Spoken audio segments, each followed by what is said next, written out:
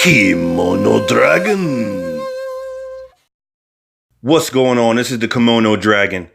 Today I want to talk about a character that was rumored in the past to make his appearance in the MCU. We haven't seen him yet, but today I want to talk about him anyway. So without further ado, let's get it. Marc Spector, aka Moon Knight. Created by Doug Moens and Don Perlin, he made his first appearance in Wolf by Night number 32 in August of 1975. Moon Knight has awesome power. He is a highly proficient martial artist. Depending on the phases of the moon, he has superhuman strength and durability. He is also an expert detective who has amassed a tremendous amount of wealth. Not at all like Batman. Marc Spector was raised in Chicago as a rabbi's son. As an adult, he trained to become a heavyweight boxer before entering the military and then further becoming a mercenary and a formidable martial artist.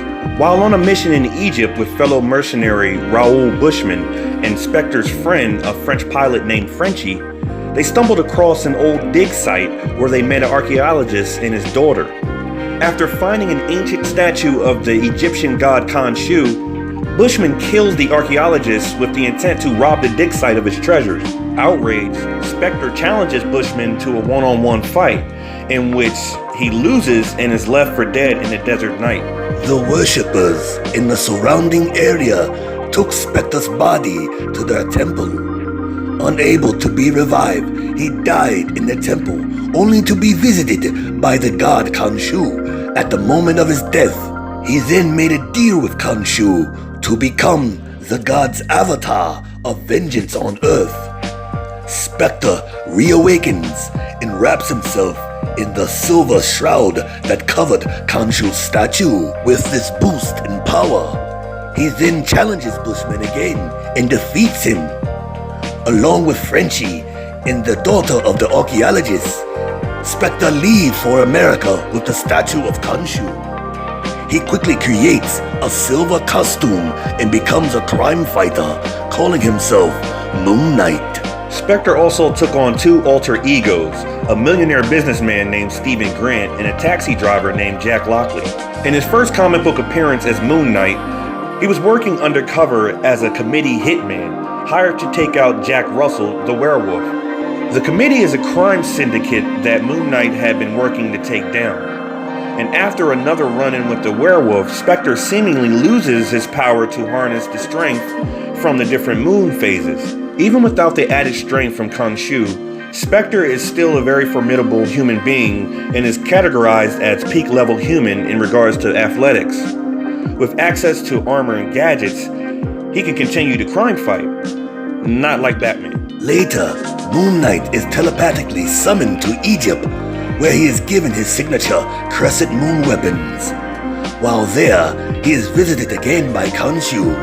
This time, Khonshu enters Spector's body, giving him his enhanced abilities again. With his power renewed, he would join the West Coast Avengers until he is abandoned by Khonshu once more, forcing him to resign from the team. During Khonshu's absence from Spector, he is killed, but Khonshu resurrects him again. After more deaths and resurrections, we see some changes to Marc Spector's origin story. In 2006, he is said to be a veteran of the Gulf War and a mercenary. To the superhero community, however, he is seen as a brutally violent vigilante.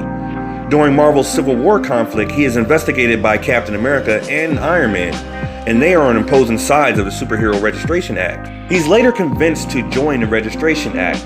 While taking part, he's given some psych tests where he's determined to be severely mentally unstable and has multiple personalities, but we already knew that as the reader. The Taskmaster himself even once stated that he refused to copy Moon Knight's fighting style because Moon Knight would rather take a punch than to block it.